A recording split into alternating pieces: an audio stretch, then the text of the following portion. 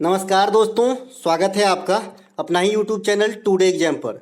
दोस्तों, जैसा कि आज है आपका 14 जून 2023 और आज जो है एमटीएस का एग्जाम था। सेकेंड शिफ्ट की भी एग्जाम समाप्त हो गई है। सेकेंड शिफ्ट के एग्जाम में जीके जीएस के सेक्शन से जो भी प्रश्न पूछे गए सभी 100% ओरिजिनल प्रश्नों के साथ साथ एक्स्ट्रा फैक्ट भी लेकर के आ गया हूँ। दोस्तों, जैसा कि आप जानते हैं, मैं point two point extra fact देने का काम करता हूँ जो आपके एग्जाम में हूबहू छप जाती है। इस वीडियो को भी आप देखिए और कल का पीडीएफ भी देख लीजिएगा तो आप खुद ही जज कर पाएंगे। चलिए शुरू करते हैं आज का ये वीडियो। पहला जो एक प्रश्न देखने को मिला कि भारत में जो मुद्रा आपूर्ति के 4 मानक बनाए गए हैं M1, M2, M3, M4। मैंने HCM एग्जाम में आपको M1, M2 और M3 समझाया था क्योंकि वहां भी एक क्वेश्चन पूछे गए थे। आज फिर से ये क्वेश्चन एग्जाम में रिपीट किया गया है। तो जो बच्चे ये कहते हैं कि किसी टॉपिक के लिए पार्टिकुलर वीडियो बनाइए, उनसे मैं ये कहूंगा कि जहां जहां जीके जीएस पूछे जाते हैं सभी जगह फायदा करेगा जी। आप क्लास अटेंड करके कुछ दिन तो देखिए, है ना। भारत में जो मुद्रा आपूर्ति के गणक हैं M1, M2, M3, M4, तो पोस्ट ऑफिस के जो पोस्ट ऑफिस के रिलेशन में जिसकी यूज होती है वो कौन सी है आपसे पूछा गया था। पोस्ट ऑफिस बचत कार्यालय में कौन सी जमा होती है, इस प्रकार से। ठीक है, तो इनमें से M2 वाला जो है आपका राइट आंसर हो जाएगा जी। ठीक है, राइट आंसर जिस बच्चे ने M2 लगाया है उन्हीं का होगा, बाद बाकी गलत हो जाएगा। इसके अलावा M1 क्या होती है, जो इन 4 में अभी M1, M2, M3, M4 देखा, इसके अलावा एक MO होता है, तो इन सबको थोड़ा सा समझ लीजिए, आगे काम आएगी। M1 क्या होता है, जो मुद्रा जनता के पास है, जैसे आपके पास जो पैसे हैं, इसके अलावा आपका जो धन है, इन तो दोनों का एडिशन जो है, यानी नगद और जो मतलब चल संपत्ति और अचल संपत्ति, इन दोनों के जोड़ को M1 कहा जाता है। MO क्या होता है, जो मुद्रा ऐसा जो रिजर्व बैंक के पास जो अन्य बैंकों का जो न्यूनतम राशि जमा की जाती है ना दूसरे बैंकों की, है ना, तो ये जो रिजर्व बैंक के पास होती है तो ये MO मुद्रा है ना। इसके अलावा M2 मुद्रा क्या होती है, तो जो अभी आपने M1 मुद्रा देखा, इसमें डाक के सेविंग जोड़ देंगे तो इसे M2 मुद्रा कहा जाता है, जो आज के एग्जाम में आपसे पूछा गया था और यही इस क्वेश्चन का बेस है। ठीक है, M1 मुद्रा तो अभी समझ गए ना क्या होता है। मुद्रा जनता के पास जो होती है करेंसी, साथ ही साथ जो जनता का धन होता है, यानी दूसरे भाषा में जो जनता का चल संपत्ति और अचल संपत्ति का योग जो है M1 है। अगर उसमें डाक सेविंग जोड़ देते हैं तो इसको M2 कहते हैं। जो आज पूछा गया था कि डाक सेविंग में कौन सी जो है ये वाला जो M1, M2, M3, M4 में से किसका इस्तेमाल होता है, तो M2 होता है। ठीक है, M1 में M3 में M1 प्लस बैंकिंग प्रणाली के साथ सावधि जमा है। ठीक है, M1 क्या है तो समझ ही गए ना, इसमें जो बैंकिंग का सावधि जमा जोड़ देंगे तो M3 निकल के आती है। आशा करते हैं इसे रुक के समझ लीजिएगा, आने वाले समय में जो आपको काम आएगा। जनगणना 2011 के अनुसार महिला साक्षरता दर कल बताया था, है ना। जनगणना 2011 के अनुसार पुरुष वाला कल पूछा था, तो मैंने कल बताया था महिला वाला पूछा जा सकता है, और पुदुचेरी का जो है लिंगानुपात पूछा जा सकता है क्योंकि बहुत दिन से नहीं पूछा गया है ना। तो जनगणना 2011 में जो महिला साक्षरता है ये 65.46 का ये प्रतिशत है। यहाँ पे पीडीएफ लिखा भी है। पुरुष साक्षरता जो है, मेल लिटरेसी रेट जो है इंडिया के अंदर, ये आपका 82.1 है ना। पूरे देश की ओवरऑल जो लिटरेसी रेट है ये 74.04% है। इसके अलावा सर्वाधिक लिटरेसी रेट केरल की है और जो न्यूनतम लिटरेसी रेट है ये बिहार की है। इसके अलावा फर्टिलिटी रेट जो है अकॉर्डिंग टू सेंसस 2011 तो 2.2 है। जनसंख्या घनत्व जो डेंसिटी है 2011 के अनुसार 382 है। लिंगानुपात जो सेक्स रेशियो है 943 है जी, इसे 943 कर लीजिएगा। दशकीय वृद्धि जो है ये 17.64 है। तो ये आपको जनगणना 2011 से कुछ जो है डाटा अपने पॉकेट में रखना होगा एग्जाम हॉल में जाने से पहले। इसके अलावा एक प्रश्न पूछा गया जी, क्रिकेट में बल्लेबाज जब ये मारता है बल्ला से बॉल को और उठे उठे बाउंड्री लाइन को पार कर जाता है तो क्या कहलाता है भैया, ये कौन नहीं जानते। तो 6 होती है, 6 है ना। इसे आप छक्का भी बोल सकते हैं, लेकिन 6 अच्छा है तो 6 समझिए, छक्का बोले 6 रन मिलती है ना। इसके अलावा जो जमीन के छूते छूते जो बॉल चला जाता है बाउंड्री के पास तो इसे चौका कहते हैं। ये तो आप हमसे काफी गुना बेटर जानते हैं जी, क्रिकेट को इंडिया में कौन नहीं जानता। इसके अलावा क्रिकेट में पिच की लंबाई कितनी होती है, तो ये आपका 20.12 मीटर होती है ना। जो आपका ये दौड़ने वाला जो रहता है ना, ये तो एक पंपिंग क्रीज रहता है, इधर भी रहता है, तो ये वाला जो पोर्शन है ये आपका 20.12 मीटर का है। इसके अलावा पंपिंग क्रीज की लंबाई कितनी होती है, तो 4 फुट होती है, जिसमें ये स्टंप रहती है। इसके आगे आगे जाके खेलेगा, स्टंप कर देता है तो आउट हो जाता है ना। तो ये सब समझ गए। इसके अलावा एशेज श्रृंखला है ना, जो ऑस्ट्रेलिया और इंग्लैंड के बीच में होती है, फिक्स है। रणजी ट्रॉफी ये देसी ट्रॉफी है। रणजी ट्रॉफी किस प्रकार का है, तो टेस्ट फॉर्मेट है ना। ईरानी ट्रॉफी कर लीजिए लीजिएगा Syed Mushtaq Ali trophy T20 format है ना। विजय हजारे ट्रॉफी भी है, एक वनडे ओडीआई फॉर्मेट है इंडिया का, है ना, घरेलू सीरीज में। एशिया कप महिला वाला अभी इससे पहले वाले शिफ्ट में पूछा गया था कि 2022 में एशिया कप महिला वाला किसने जीता, तो इंडिया जीता है ना। और 2022 में पुरुष वाला एशिया कप कौन जीता है, तो श्रीलंका जीता है। तो दोनों बात ध्यान रखेंगे, ये दो क्वेश्चन आगे भी रिपीट हो सकती है एशिया कप 2022 से, है ना। तो एशिया कप भी क्रिकेट से है, तो ये सभी के सभी कप जो हैं ये आपके क्रिकेट खेल से संबंधित है।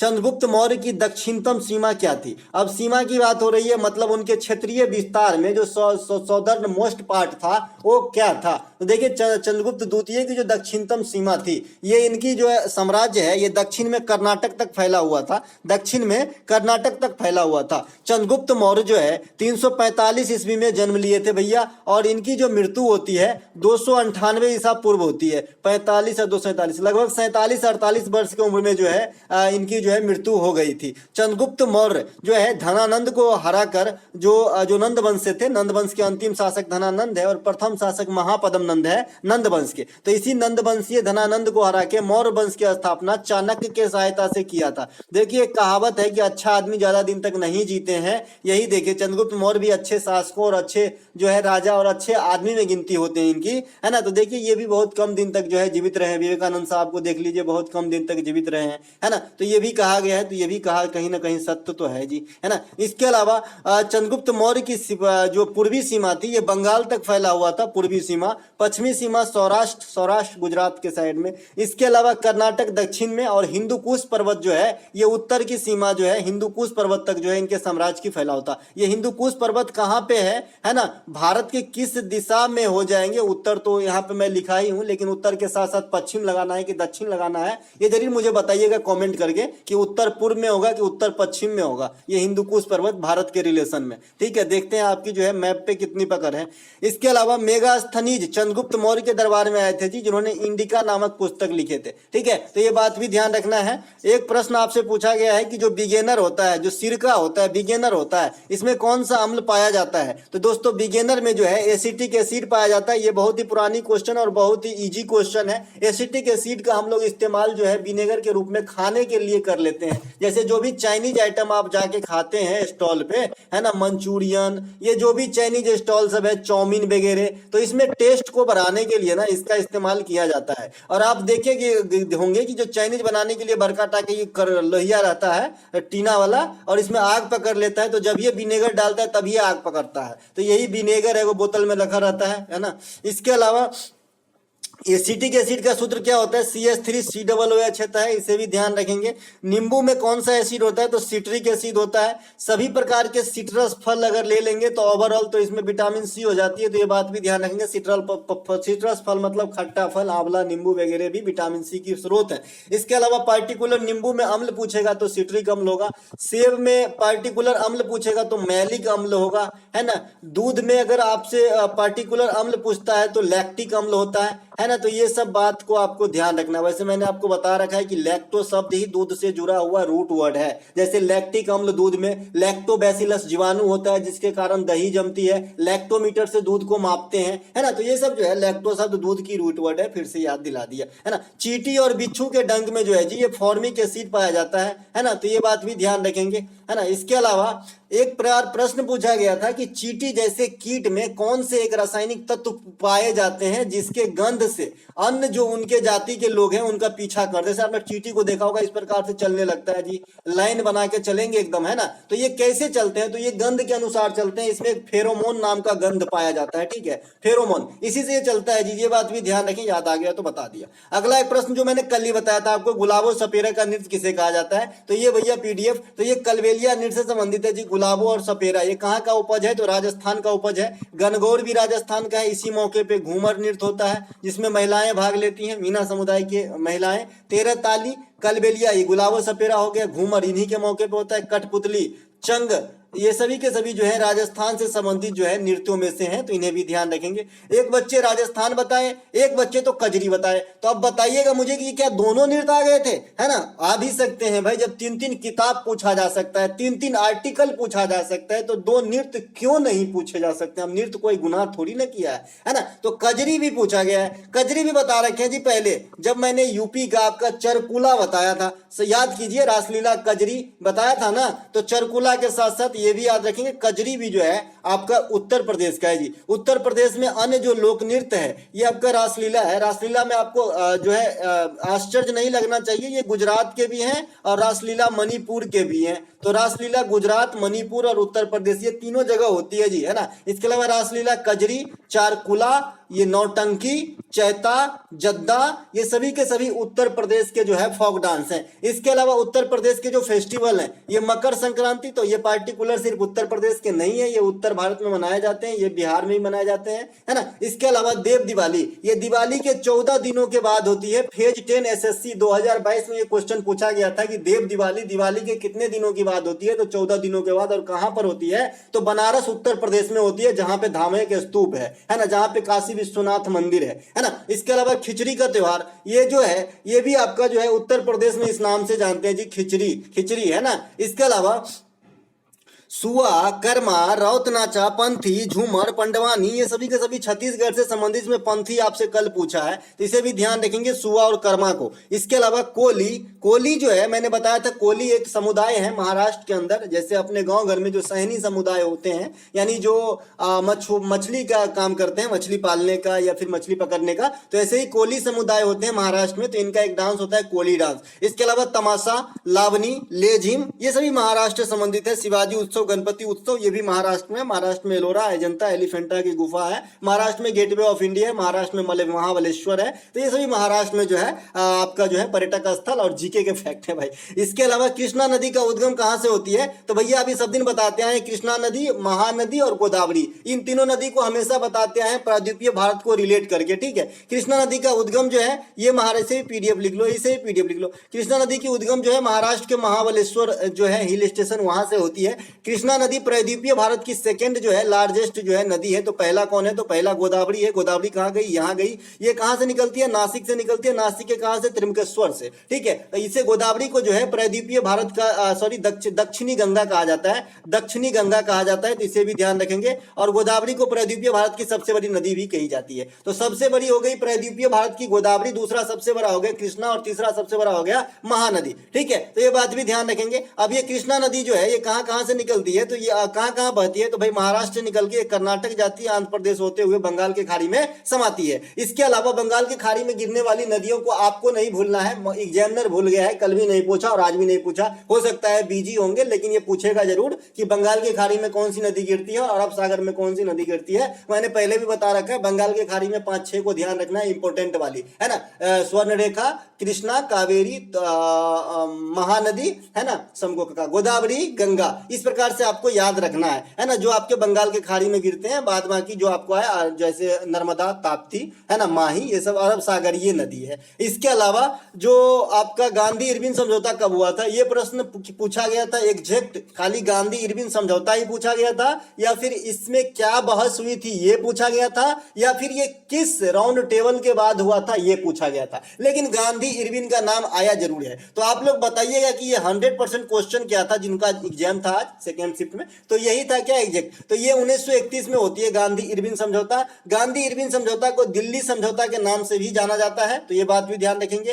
पूना पैक्ट या फिर गांधी अंबेडकर समझौता 1932 में होती है। इसके अलावा 1930, 1931, 1932 ये तीनों गोलमेज सम्मेलन के ईस्वी हैं। हाँ, तीनों गोलमेज सम्मेलन के समय जो है ब्रिटेन के प्रधानमंत्री कौन थे, 2 करोड़ बार पूछा गया है, तो रैमजे मैकडोनाल्ड, रैमजे मैकडोनाल्ड ये थे आपके तीनों राउंड टेबल के समय जो है ब्रिटिश पीएम। इसके अलावा जो तीनों गोलमेज सम्मेलन हुए, जो तीनों राउंड टेबल कॉन्फ्रेंस हुआ, उसके समय जो कौन से भारतीय अटेंड करने गए थे, तो भीमराव अंबेडकर गए थे, तो इन्हें भी ध्यान रखेंगे, ये तीनों गोलमेज सम्मेलन में जो है पहुंचे थे। इसके अलावा नीति आयोग से एक प्रश्न आया है, लेकिन प्रश्न क्लियर नहीं है, तो आप लोग मुझे बताएंगे कि ये प्रश्न कौन सा था। फिलहाल मैं आपको बता दूं, नीति आयोग जो है 2015 से जो है आया है प्रचलन में। यह स्थान लिया है जी आपका योजना आयोग का। नीति आयोग का जो वर्तमान में अध्यक्ष है ये तो पीएम ही होते हैं। उपाध्यक्ष जो है ये सुमन बेरी हैं, और सीईओ जो है ये BVR सुब्रमण्यम है ना। इसके अलावा नीति आयोग जो है